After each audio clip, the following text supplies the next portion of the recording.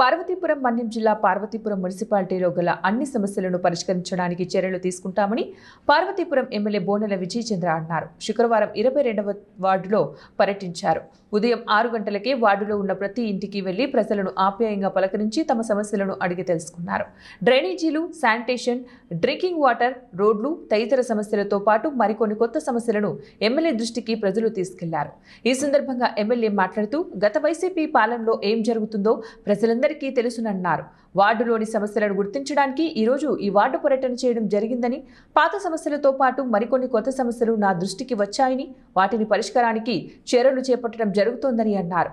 పార్వతీపురం మున్సిపాలిటీకి 100 పనులు మంజూరు చేయడం జరిగిందని, ఈ పనులన్నిటికీ ఒకేసారి శంకుస్థాపన చేయడం జరుగుతుందన్నారు.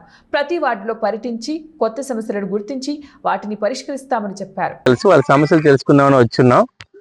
30 వార్డులకి కలిపి దాదాపుగా 100 వర్కుల్ని శాంక్షన్ చేసుకోవడం జరిగింది. 100 వర్క్స్ ఒకే రోజు ఓపెన్ చేయబోతున్నాం.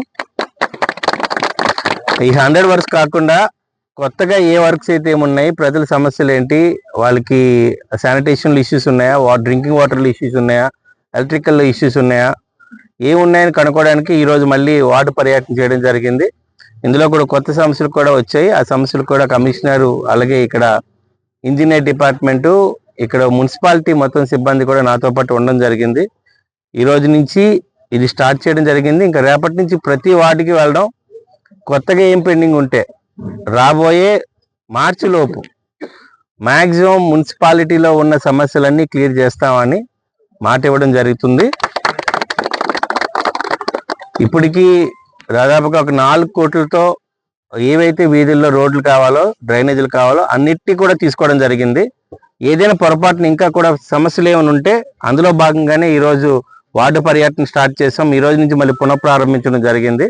అందుకే ప్రధానంగా 22వ వార్డు నుంచి స్టార్ట్ చేయడం, ఇంకా రేపు కూడా ఒక వార్డు, అలాగే ప్రతి మార్నింగ్ ఒక వార్డుకి వెళ్ళి వార్డు సమస్యలు తీసుకోవడం అనేది. ఎందుకంటే గత ఎలక్షన్లో మున్సిపాలిటీ నుంచి కనీ విని ఎరగనంత మెజార్టీతో మున్సిపాలిటీ వాళ్ళు మాకు అసలు హిస్టరీలో ఇంతకుముందు ఎప్పుడు కూడా అంత మెజార్టీ ఇవ్వలేదు. తెలుగుదేశం ప్రభుత్వాన్ని, కూటమి ప్రభుత్వాన్ని అంత ఆదరించినందుకు ఈరోజు ఇంకా మున్సిపాలిటీలో మార్పు రావాలని, ప్రతి ఒక్కరికి ఒక జవాబుదారీ ఉండాలని ఆ ఉద్దేశంలోనే ఇంకా వార్డు పర్యటన